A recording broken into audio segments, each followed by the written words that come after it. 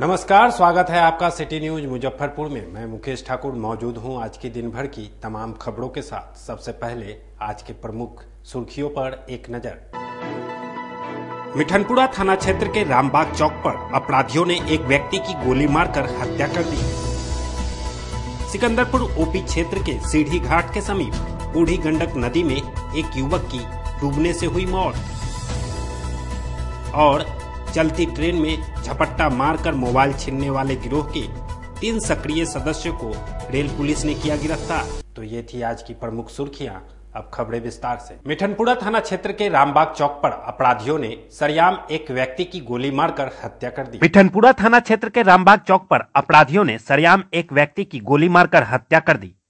मिठनपुरा थाना क्षेत्र के रामबाग में अज्ञात अपराधियों ने एक व्यक्ति को गोली मारकर हत्या कर दी। मौके पर पुलिस पहुंचकर शव को कब्जे में लेकर पोस्टमार्टम के लिए भेज दिया। मृतक की पहचान महाराजी पोखर निवासी मोहम्मद अफरोज के रूप में हुई है। हालांकि घटना के कारणों का अभी तक कोई पता नहीं चला है। मृतक के रिश्तेदार ने बताया कि रोज की तरह माजिद चौक स्थित अपने दुकान पर जा रहा था। इसी दरमियान अपराधी रामबाग चौक पर गोली मारकर फरार हो गए। इसमें उसकी मृत्यु हो गई। घटना क्या हुई है? हत्या कर दिया गया अफरोज का। जी, कितने बजे? 6:44। क्या करते थे? कैसे क्या सूचना मिली थी आप लोगों को? हम तो सोए हुए थे, हमारे पार्षद ने फोन किया जी, तब हम वहाँ पहुँचे घटनास्थल। जी, कहाँ पर घटनी थी घटना? ये पुरानका कब्रिस्तान है रामबाग रोड में, वहीं पर हुआ है, थोड़ा सा आगे कब्रिस्तान से 20 कदम आगे। जी, किसी से उनका विवाद चल रहा था क्या? इसके बारे में तो हमको पता नहीं है, लेकिन उनके दोस्त यार से पूछा जाएगा, जी, वही बताएंगे क्या मामला है। साजिश थी? अभी फिलहाल हम कुछ नहीं बता सकते। साजिश थे। हाँ, प्रसाद विकास फैमिली की रामबाग चौक के पास लग गई है। तो पाए तो बात पता चला कि उसका नाम है नाम है, क्योंकि मतलब जी, आक्रोशित लोग सड़क जाम कर रहे हैं। नहीं है का हत्या हो गया है जी। दुकान जा रहा था अपना, उसके बाद उस पीछे से आकर कोई गोली मार दिया। क्या नाम था? अफरोज नाम था, मोहम्मद अफरोज। विवाद चल रहा था क्या? विवाद कुछ नहीं था, कारोबारी आदमी था, वो दुकान जा रहा था, उस बीच में मर्डर कर दिया। कितने बजे की घटना? 6:30-7 के बीच की घटना। सिकंदरपुर ओपी क्षेत्र के सीढ़ी घाट के समीप बूढ़ी गंडक नदी में एक व्यक्ति की डूबने से मौत हो गई। मुजफ्फरपुर में नदी किनारे एक युवक का शव मिला। मौके पर स्थानीय लोगों की भीड़ जुट गई। मामले की जानकारी मिलते ही पुलिस मौके पर पहुंची। शव को कब्जे में लेकर पोस्टमार्टम के लिए भेज दिया गया है। मामला जिले के सिकंदरपुर ओपी क्षेत्र का है। दरअसल बुधवार को जिले के सिकंदरपुर ओपी के अखाड़ा घाट पुल के नीचे एक युवक का शव मिला है, जिसके बाद इलाके में सनसनी फैल गई। आसपास के लोग मौके पर एकत्रित हो गए। स्थानीय लोगों के द्वारा मामले की जानकारी सिकंदरपुर ओपी की पुलिस को दी गई। सूचना के आलोक में आनन फानन में पुलिस मौके पर पहुंची। जांचोपरांत पुलिस शव को कब्जे में लेकर पोस्टमार्टम के लिए SKMCH भेज दी है। आसपास के लगे CCTV को खंगाल रही है। पुलिस मामले की छानबीन कर रही है। शव पर किसी तरह का निशान नहीं मिला है। पानी में रहने के कारण शव फूल गया है। मृतक की उम्र करीब 28 वर्ष है। पूरे मामले पर सिकंदरपुर ओपी अध्यक्ष देवव्रत कुमार ने बताया कि सूचना मिली कि अखाड़ा घाट पुल के नीचे नदी किनारे एक शव मिला है। सूचना के आलोक में पुलिस मौके पर पहुंची, लोगों से पूछताछ की। उसके बाद शव को कब्जे में लेकर पोस्टमार्टम के लिए भेज दिया गया है। हम पापा को खाना देने के लिए खाना दे के गए, वो ड्यूटी पर थे उस वक्त। ठीक है, उसके बाद हम अपना खाना वाना हम देकर हम चले आए। बाद में पता चला कि मतलब हॉस्पिटल में है नहीं। सुबह में हम लोग को जब फोन किए पापा को कि पापा है कि नहीं है, बोले कि नहीं पापा रात भर यहाँ है नहीं। तब हम लोग सुबह में हॉस्पिटल में गए। हॉस्पिटल में पता चला कि नहीं, वहाँ रात भर नहीं थे वो। ठीक है, जबकि हम खाना हम दे के आए थे। तो वही वहाँ से हम लोग निकले, खोजबीन पता किए, तो लास्ट में पता चला हम लोग जब गए अखाड़ा घाट के पास, वहाँ पे बॉडी हम लोग को मिला। अच्छा, इधर नदी साइड में आते थे क्या? नहीं, इधर तो हम लोग को पता नहीं आते थे कि नहीं, अब वही लोग जानते। मारीपुर में घर हुआ, वहीं ड्यूटी करते थे, तो घर पे जाते थे। सूचना तो मिला कि पापा मतलब खाना पहुंचाने गया था, छोटा भाई, तो हॉस्पिटल में पापा थे। तो उसके बाद फिर थोड़ा देर बाद 2 घंटा बाद पता चला कि पापा हॉस्पिटल में नहीं है अभी तक। तो फिर हम लोग थोड़ा डिले कर दिए कि सोचे कि फिर पापा चले ही आएंगे। उसके बाद फिर सुबह में उठे मॉर्निंग में, तो भाई बोला छोटा कि अभी तक पापा नहीं आए हैं, तो जाते खोजने के लिए। वही खोजे तो उसी क्रम में हम लोग को सिकंदरपुर ओपी के पास नदी में बॉडी मिला। बस इतना ही जानते से। आखिरी बातचीत कब हुई थी? बात पापा से हुआ ही नहीं, हम तो यहाँ नहीं थे। और फिर पापा भाई छुट्टा ही गया था। पापा तो 24 घंटा ड्यूटी हॉस्पिटल में ही करते हैं, घर पे आते नहीं, सिर्फ उनका खाना ही पहुँचाने करते थे? बगल में ये मारीपुर नर्सिंग होम में। मारीपुर नर्सिंग जी। क्या काम करते थे? स्वीपर का काम करते थे, झाड़ू पोछा। अच्छा। किसी से विवाद भी था? नहीं, किसी से विवाद नहीं, कभी नहीं, कोई झगड़ा झंझट कभी नहीं करते थे पापा। हथौड़ी थाना क्षेत्र के अम्मा गांव में मासूम बच्चे की हत्या कर दी गई। मां ने ससुराल वालों पर हत्या का आरोप लगाया। हथौड़ी थाना के अम्मा गांव में मासूम की हत्या मामले में बच्ची की मां कोमल देवी ने आरोप लगाया है कि लंबे अंतराल पर बच्ची जन्म लेने के बाद ससुराल वाले नाराज थे। वे बच्ची की हत्या की धमकी भी देते थे। 23 दिसंबर को बच्ची के लिए दूध गर्म कर किचन से लौट रही थी तो सास सरोज देवी को कमरे से तेजी से निकलते हुए देखा। कमरे में पहुंची तो देखा कि बच्ची मृत पड़ी है। उसके बाद ससुराल वालों ने लाश को खड़ौड़ी में दफन किया। देखा कि बच्ची मृत पड़ी थी। घटना की जानकारी वरीय पुलिस अधिकारी को कॉल करके दी गई। हथौड़ी थानेदार आलोक कुमार ने बताया कि कोमल ने दहेज प्रताड़ना और बच्ची की हत्या का आरोप लगाते हुए पति धीरज ओझा, सास सरोज देवी, ससुर अशोक ओझा भैंसुर और गोतनी के खिलाफ केस दर्ज कराया। थानेदार ने बताया कि बच्ची का जीभ बाहर निकली हुई थी। गर्दन दबाकर हत्या में भी जीभ बाहर निकल जाती है। जब हम बच्चा होने के बाद 6 महीना का मेरे गोद में बउआ था तो किसी को पता नहीं हम चलाएं, हम अपन को खुद ही नहीं पता चल रहा था। तो हम 6 महीना के बाद हमको पता चला तो हम सासू माँ ससुर को बतलाएं तो वो बच्चा नुकसान करने के लिए बोले कि सफाइया करवा देंगे। 6 महीना के बच्चा यही हथौड़ी में डॉक्टर के यहाँ गए तो सफाइया कराएंगे तो डॉक्टर नहीं हाजिर हुए कि नहीं हमने 6 महीना का बच्चा सफाइया नहीं करवाएंगे, काहे पेट खोलना पड़ेगा। तो नहीं वो लोग नहीं कहिए। उसके बाद बच्चा मेरा रुक गया। तो 9 महीना के बाद मेरा यही मेडिकल में बउआ हुआ है। बउआ होने के बाद बहुत अच्छा था। 4 नवंबर को मेरा बउआ हुआ था। 11 बजे रात में हुआ था मेरा बउआ। उसके बाद बहुत सही सलामत अच्छा से हुआ। घर गए 2 महीना का मेरा बउआ था। 2 महीना यही 4 दिसंबर को 2 महीना मेरा बउआ का पूरा था। बउआ के लिए हम 4 बजे सुबह में बउआ को तेल लगा लिए और बउआ मेरा रो रही थी दूध पीने के लिए। तो हम गैया को दूध पिलाते थे बउआ को। दूध गर्म उबालने के लिए चूल्ही पर चले गए, गैस खत्म था, गैस उन लोग नहीं भराते थे। तो हम चूल्ही पर दूध करने में लेट हो गया। मेरे पास दूध गर्म करके लेके जा रहे थे तो मेरी सासू माँ बच्चे वाले रूम घर के रूम से निकल के और कंठ दबा दी। अब क्या कर दी, हम आँख से नहीं देखे सर, हम झूठ नहीं बोलते, हम आँख से नहीं देखे। और मेरे बच्चे वाले रूम से निकल के बाहर दूरा पर चले गए। एकदम से घबरा के नहीं बोलती है, घबराहट के तरह से वो चली गई। उसके बाद हम दूध लेके जा रहे हैं तो मेरा बच्चा खत्म। बच्चा के थोड़ा सा आबाकर और जी पर कलापन लालापन सन का आ गया था। कितना देर के बाद आप गए? हम 7:30 में गए थे। मामला 5 साल का शादी हो गया था। तो एक बार थाना से हम इसको अपीयर कराए तो इसको बच्चे पेट में हुआ। तो बच्चे होने के बाद कहा कि उसका घर का के खलास कर दो हथौड़ी थाना में डॉक्टर से। तो वो बोला कि नहीं, अब डॉक्टर बोला कि खलास करने वाला नहीं है। तो बच्चे मेडिकल में हुआ। तो मेडिकल में हुआ तो यही 4 तारीख को हुआ 8 बजे इसको।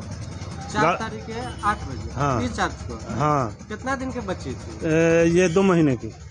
2 महीने के। तो 4 अक्टूबर में हुआ? हाँ, 4 तारीख के न गए, 4 तारीख के 4 अक्टूबर के। हाँ। कब? 4 नवंबर के? जी। बच्ची जन्म ली? जी। और उसके बाद क्या हुआ? उसको गला घोट दिया। कौन गला घोट दिया? जेठानी और समधिनी मिलकर? हाँ, समधिनी बोली ये दूध औंटने चले गया। दूध औंट के आई तो इसका जेठानी बोले मर गल बच्चा, हमारा बच्चा लड़की सीधा साधा। तो मर गई। तो अब के ना मर गई, हमरा अभी अच्छा लगे बजाय मर गए के ना। तब जहे से ही ऐसा सीरियस हो गया, क्या कहे। आपको क्या सूचना मिला था? अभी बेटी के सूचना हम दे दिए वहाँ अथौड़ी थाना में। अब वो जो है से देखिए सब पोस्टमार्टम के लिए लाया। हाँ 4 नवंबर को जन्म हुआ। जी 1.5-2 महीना के जी करीब अभी। जी। क्या नाम हुआ आपका? सी मूर्ति ठाकुर। आपके बेटी का क्या नाम? कोमल कुमारी। कहाँ शादी की है? अम्मा सोहजन। किसके घर में? अशोक ओझा। उनके पति का क्या नाम? धीरज ओझा। धीरज जी। इस घटना को कौन अंजाम दिया? ये हमारा जो समधिनी है सो बुढ़िया। क्यों, क्या कारण है? डुप्लीकेट टाटा नमक मंगवाने वाले सराय माल गोदाम के अधीक्षक के साथ अन्य लोगों पर एफआईआर दर्ज की गई। टाटा कंपनी के नमक के पैकेट से मिलते जुलते पैकेटों का इस्तेमाल कर घटिया नमक घरों के किचन तक पहुंचाया जा रहा है। रेलवे की मालगाड़ियों से टाटा नमक के पैकेट जैसा नमक आपूर्ति करने वाले, नमक मंगवाने वालों और सराय माल गोदाम के अधीक्षक पर मुजफ्फरपुर रेल थाने में एफआईआर दर्ज कराई गई। यह एफआईआर टाटा कंपनी से जुड़ी हुई अनुसंधान इन्वेस्टिगेशन सिक्योरिटी प्राइवेट लिमिटेड के निदेशक पश्चिम बंगाल के हुगली निवासी भोजेंद्र कुमार सिंह ने सराय माल गोदाम के अधीक्षक भरत कुमार, गुजरात के कारोबारी आत्माराम चौधरी और नमक मंगवाने वाले सराय के कारोबारी सुजीत कुमार पर करवाई गई। रेल डीएसपी अतनु दत्ता ने बताया कि टाटा नमक की तरह हूबहू दिखने वाला महावीर तुलसी शक्ति सॉल्ट बरामद किया गया है। काफी अधिक मात्रा में बरामद नमक थाने में रखना मुश्किल है, इसलिए भागलपुर के नाथनगर निवासी बिरजू कुमार को सौंप दिया गया है। इस मामले में तीनों आरोपितों पर कॉपीराइट एक्ट, ट्रेडमार्क एक्ट के अलावा आईपीसी के दर्जन भर धाराओं में एफआईआर कराई गई है। टाटा कंपनी के लिए काम करने वाली एजेंसी के निदेशक भोजेंद्र कुमार सिंह और रेल पुलिस की टीम मुजफ्फरपुर हाजीपुर रेल खंड स्थित सराय माल गोदाम पहुंची। जांच के दौरान टाटा कंपनी के पैकेट से मिलता जुलता 7102 बोरी नमक मिला। रेल पुलिस की टीम ने नमक के संबंध में छानबीन की। नमक गुजरात से लाने की जानकारी दी गई। रेल पुलिस ने पूरे मामले में नमक भेजने वाले, नमक मंगवाने वाले के अलावा नमक की आपूर्ति में सहयोग करने वाले सराय माल गोदाम के अधीक्षक की भूमिका संदेहास्पद माना गया। सराय रेलवे स्टेशन पर टाटा सॉल्ट के पैकिंग निर्माण डिजाइन का नकल करते हुए गुजरात की कंपनी के द्वारा सागर चेन फूड इंडस्ट्री के द्वारा काफ़ी बड़ी पैमाने पर नमक मंगवाया गया था, जिसमें टाटा कंपनी के प्रतिनिधि के द्वारा सूचना पर रेल थाना मुजफ्फरपुर के सहयोग से छापामारी कर 7102 बोरा नमक पकड़ाया, जिस संबंध में 3 आदमी के विरुद्ध उनके द्वारा कांड दर्ज कराया गया है। हाँ, स्टेशन सराय स्टेशन माल अधीक्षक के विरुद्ध भी उन लोगों के द्वारा कांड दर्ज कराया गया। इस संबंध में अनुसंधान की जा रही है। अनुसंधान प्रांत जो भी इस घटना में संलिप्त होंगे उनके विरुद्ध आवश्यक वैधानिक कार्रवाई की जाएगी। कितने लोगों पे? कुल 3 व्यक्तियों के विरुद्ध। एक हैं सराय माल अधीक्षक एवं 2 अन्य व्यक्तियों के विरुद्ध। दुर्गा स्थान मंदिर परिसर में चल रहे भागवत कथा के 12वें दिन श्रद्धालुओं की भीड़ उमड़ी। दुर्गा स्थान मंदिर परिसर में चल रहे भागवत कथा के 12वें दिन श्रद्धालुओं की भीड़ उमड़ी। भागवत कथा सुनने के लिए दूर दूर से श्रद्धालु मंदिर परिसर पहुंचे हुए थे। कथावाचक गोस्वामी पीयूष जी महाराज की कथा को सुनकर भक्त मंत्रमुग्ध हो गए। भागवत कथा 31 दिसंबर तक चलेगी। कथावाचक पीयूष जी महाराज ने बताया कि लोगों को इस कथा के माध्यम से जीवन का मोल बताया जा रहा है। इसके अलावा भगवान श्री कृष्ण के सभी स्वरूपों को कथा के माध्यम से लोगों को समझाया भी जा रहा है। पहले तो आरती में प्रवेश करेंगे 2 मिनट के कीर्तन के बाद, और उसके बाद आज यह जो आप देख रहे हैं लगाई गई है, आप लोगों के लिए मैं हटा दूंगा इसमें थोड़ा सा। नव वर्ष को लेकर शहर के अधिकांश होटल में तैयारी तेजी से की जा रही है। नव वर्ष के आगमन की तैयारी को लेकर शहर के सभी होटल और रेस्टोरेंट सज-धज कर अभी से ही तैयार हो गए हैं। ग्राहकों को लुभाने के लिए होटल और रेस्टोरेंट के बेहतरीन तरीके से सजावट की जा रही है। जिले के कई होटल और रेस्टोरेंट में ग्राहकों को अलग अलग ऑफर दिया जा रहा है। वहीं कुछ होटल में डांस पार्टी तो कुछ में क्विज प्रतियोगिता का आयोजन किया जा रहा है। खाने पीने की चीजों में भी विशेष तरह का ऑफर रेस्टोरेंट और होटल की तरफ से ग्राहकों को दिया जा रहा है। बता दें कि 9 वर्ष पर जश्न मनाने के लिए काफी संख्या में लोग होटल और रेस्टोरेंट पहुंचते हैं। इसको देखते हुए शहर के सभी होटल और रेस्टोरेंट सज धज कर तैयार हो गया है। एक्चुअली नए वर्ष को लेकर के बहुत सारी तैयारी हमारे चल रहा है। बारबेक्यू नेशन में ऑलरेडी हमारा अभी कार्निवल फेस्टिवल चल रहा है। कार्निवल फेस्टिवल जो है न्यू ईयर कार्निवल फेस्टिवल, तो हम यहाँ पे हमारे बहुत सारे मेन्यू जो है हमारा बारबेक्यू नेशन ने अभी रेडी कर रखा है कि जो कि अभी हमारे 21 से 7 तक चलेगा। 21 तारीख से कंटिन्यू हुआ है, ये 7 तारीख तक आपका हमारा बारबेक्यू नेशन में चलेगा। जो कि उस दिन स्पेशल जो है हमारा 31 और 1 को टर्की हम लोग दे रहे हैं।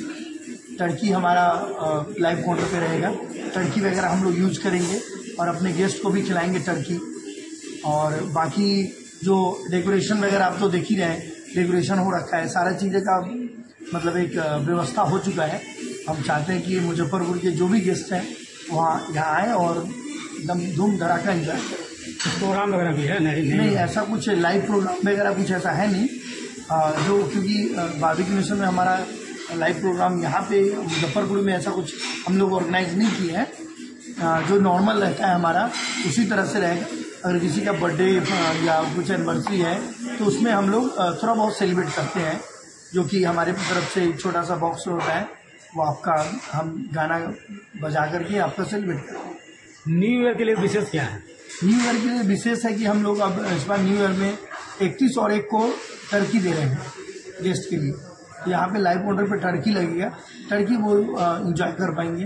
बाकी बहुत सारे मेन्यू में ऐड ऑन हुआ है, मूंग गाजर का हलवा है, गुड़ का खीर है, ये बहुत सारा चीज। वक्त हो चला है एक छोटे से ब्रेक का, मिलते हैं ब्रेक के बाद। सोने की सुंदरता और चांदी की चमक के साथ शुद्धता का पूरा भरोसा आपको दे रहा है श्री लक्ष्मी अलंकार ज्वेलर्स। त्योहार हो या शादी, ज्वेलरी का विशाल रेंज एक ही छत के नीचे आपको मिलेगा। संजय जी काटी वाले ने अब अपनी पहचान रिटेल के माध्यम से आम लोगों से रिश्ता बनाने की कोशिश की है। हीरा, सोना और चांदी के अत्याधुनिक डिजाइन की ज्वेलरी आपके लिए लाई है। यहाँ EMI की भी सुविधा दी जा रही है, तो एक बार यहाँ अवश्य पधारे। श्री लक्ष्मी अलंकार, गरीब स्थान मंदिर के बगल में, मुजफ्फरपुर। हमारा मोबाइल नंबर है 9334907331 और 9304907331। उत्तर बिहार का पहला नीलकमल एक्सक्लूसिव शोरूम खुल गया है आपके अपने शहर में। नीलकमल इंडिया की फेवरेट फर्नीचर ब्रांड है। इस कंपनी के सभी रेंज एक ही छत के नीचे आपको मिलेंगी। होम फर्नीचर, ऑफिस फर्नीचर की सभी रेंज यहाँ उपलब्ध है। कंपनी का एक्सक्लूसिव शोरूम होने के कारण 40% तक की विशेष छूट मिल रही है। इसके अलावे 0% इंटरेस्ट के साथ बैंक से फाइनेंसिंग की भी सुविधा उपलब्ध है। तो देर मत कीजिए, एक बार हमारे यहाँ अवश्य पधारे। हमारा पता है Mithanpura, Narayanpur road, opposite Vaishali management college और हमारा मोबाइल नंबर है 9334900888 और हमारा दूसरा नंबर है 7004320580। यू एसोसिएट नीलकमल का फर्नीचर शोरूम नारायणपुर से हट करके मिठनपुरा चौक के समीप क्लब रोड में हम लोगों ने अभी स्थापित किया है, जहां आपको होम फर्नीचर के, ऑफिस फर्नीचर के विस्तृत रेंज देखने को भव्य रूप से मिलेंगे। और हमारे पास मैट्रेस की भी एक बहुत अच्छी रेंज उपलब्ध है। और साथ ही साथ हमारा लगन का भी काफी भारी डिस्काउंट ऑफर चल रहा है, जिसमें 40% तक की छूट दी जा रही है। और साथ में हमारे यहाँ फाइनेंस की भी सुविधा है, जिसमें आप बजाज से, HDFC से 0 डाउन पेमेंट पर भी सारी चीजें ले जा सकते हैं। तो आप लोगों से निवेदन है कि एक बार आकर के हमें सेवा का मौका दें। मुजफ्फरपुर जिले की शान बन चुकी बाबा लहठी अब लोगों की जरूरत बन चुकी है। अत्याधुनिक रेंज और भरोसे को समेटे हुए लोगों के लिए नई नई डिजाइनर लहठी बाजार में उतारते रहते हैं। ऐश्वर्या राय बच्चन, सचिन तेंदुलकर की पत्नी से लेकर न जाने कितने सारी नामी हस्तियां इस लहठी के दीवाने हो चुके हैं। लोगों के साथ नहीं बाबा लहठी की पहचान देश से लेकर विदेश तक बनाई है। ऐसा साथ बनाए रखने के लिए आप लोगों का तहे दिल से धन्यवाद। अपने सपनों के आशिया को दे एक नई पहचान माँ भवानी डेकोर प्राइवेट लिमिटेड के साथ, जो है ऑथराइज्ड डिस्ट्रीब्यूटर ऑफ कचारिया। देश की मिट्टी से बनी टाइल से देश को बनाते हैं, और जहां मिलती है सभी प्रकार के Indian and imported granite, marble, sanitary एवं कोटा स्टोन का अनोखा एवं आकर्षक संग्रह। माँ भवानी डेकोर प्राइवेट लिमिटेड मतलब a complete floor solutions. New 0 mile Dadar road, Muzaffarpur. Call 9934753111। Movers international, अब आपकी अपनी दुकान, जहां आपको सस्ते दामों पर मिलेंगे लेडीज, जेंट्स और किड्स के लिए जूते, सैंडल, स्लीपर, वह भी सस्ते दामों पर। यहाँ Bata, action, campus, shoe factory, flip flop, cat, movers जैसे ब्रांड एक ही छत के नीचे मिलते हैं। इसके अलावा बाटा के अलावे सभी ब्रांड के शोरूम से कम कीमतों पर यहाँ प्रोडक्ट्स उपलब्ध है। इसके अलावा लेडीज और किड्स से एक से बढ़कर एक आर्टिकल दिए गए हैं। साथ ही जॉकी के इनरवेयर का विशाल रेंज उतारा गया है, वह भी शोरूम से कम कीमतों पर, जो कि आपको आकर्षित करेंगे। तो एक बार हमारे यहाँ अवश्य पधारे। हमारा पता है Aam Gola, opposite V2 cart, Muzaffarpur. Contact us on 8210654338। Break के बाद आप सभी का एक बार फिर से स्वागत है। बढ़ते हैं अगली खबरों की तरफ। चलती ट्रेन में झपट्टा मार गिरोह के 3 साथी को रेल पुलिस ने गिरफ्तार किया। रेल पुलिस ने मोबाइल छीनते के दौरान दरोगा परीक्षा में शामिल होने जा रही छात्रा की मौत मामले का खुलासा किया है। रेल पुलिस की विशेष टीम ने मामले में मोबाइल झपट्टा मार गिरोह के 3 साथी को 1 दर्जन से अधिक मोबाइल के साथ गिरफ्तार किया है। पकड़े गए सभी आरोपी पूर्व में भी रेल यात्रियों के सामान और मोबाइल की छिनतई कर चुके हैं। वहीं पूरे मामले में rail ASP doctor Kumar Ashish ने आयोजित प्रेस वार्ता में जानकारी देते हुए बताया कि 17 दिसंबर को दरोगा परीक्षा देने जा रही मोतिहारी की पलनवा थाना क्षेत्र की रहने वाली एक छात्रा से सुगौली रेलवे स्टेशन के समीप मोबाइल झपट्टा मार गिरोह के सदस्यों ने मोबाइल छीन लिया। इस दौरान छात्रा ट्रेन की चपेट में आ गई, जिसमें वह गंभीर रूप से घायल हो गई। 22 दिसंबर को इलाज के दौरान छात्रा की मौत हो गई। घटना के संबंध में सुगौली रेल थाना में मामला दर्ज किया गया। इसके बाद त्वरित कार्रवाई करते हुए एक विशेष टीम का गठन किया गया। वैज्ञानिक अनुसंधान की मदद से संदिग्धों के विरुद्ध लगातार छापेमारी कर पश्चिमी चंपारण के मझौलिया थाना क्षेत्र के पुरबड़िया टोला निवासी रंजीत कुमार गिरी को गिरफ्तार कर घटना के संदर्भ में गहराई से पूछताछ की गई। उसने घटना में अपनी संलिप्तता स्वीकार करते हुए बताया कि सुगौली थाना के शौकत अली उर्फ झुन्ना के साथ मिलकर छात्रा की मोबाइल छिनतई की थी। छिनी हुई मोबाइल को सुगौली थाना क्षेत्र के ही रहने वाले जबरेज आलम के हाथों 1500 रुपया में बेच दिया था। अनुसंधान के क्रम में अभियुक्त जबरेज आलम के पास से घटना में छीनी गई मोबाइल सेट को क्षतिग्रस्त हालत में बरामद किया गया। उनके पास से घटना में छीनी गई मोबाइल फोन 13 अन्य मोबाइल फोन बरामद हुआ।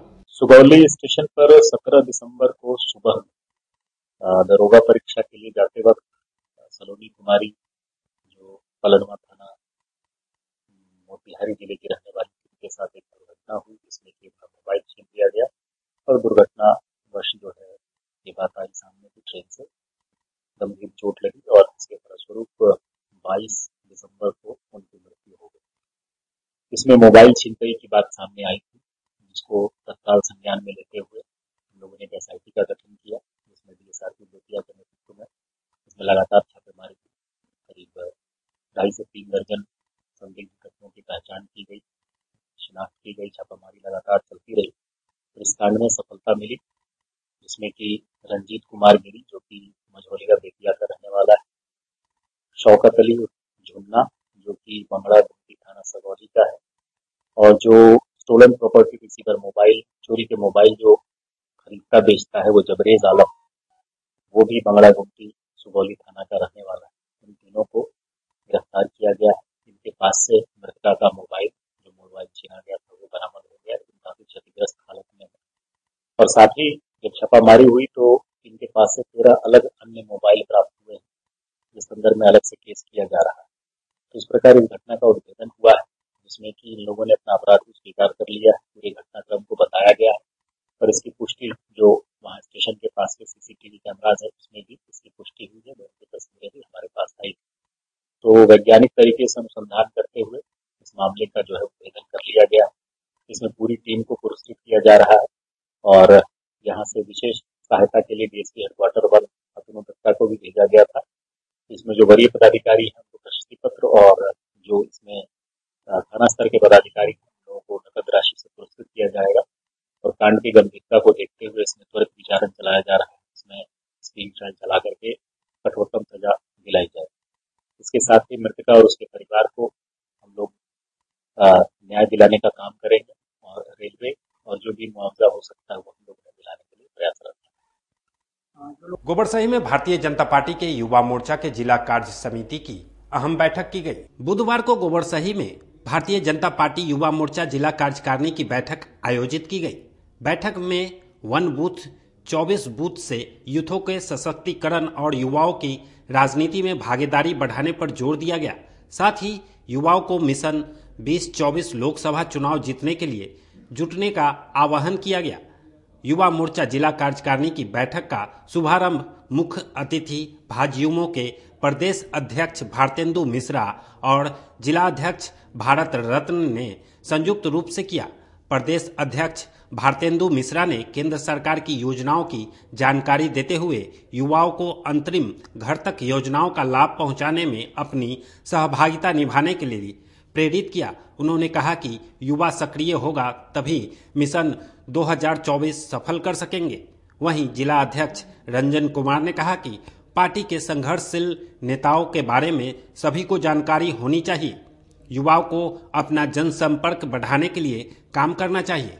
मोर्चा के जिला अध्यक्ष भारत रत्न ने कहा कि जिला कार्यकारिणी की भांति मंडलों की कार्य समिति बनाते हुए युवाओं की अधिक से अधिक सहभागिता कराई जाए ताकि पार्टी से नए लोग और परिवार जुड़ सके। हमारी पार्टी की परिपाटी है कि एक निश्चित समय अंतराल पे हम लोग जिला प्रवास करते हैं और कार्यकर्ता के साथ बैठक करके आगामी कार्य योजना को बनाते हैं।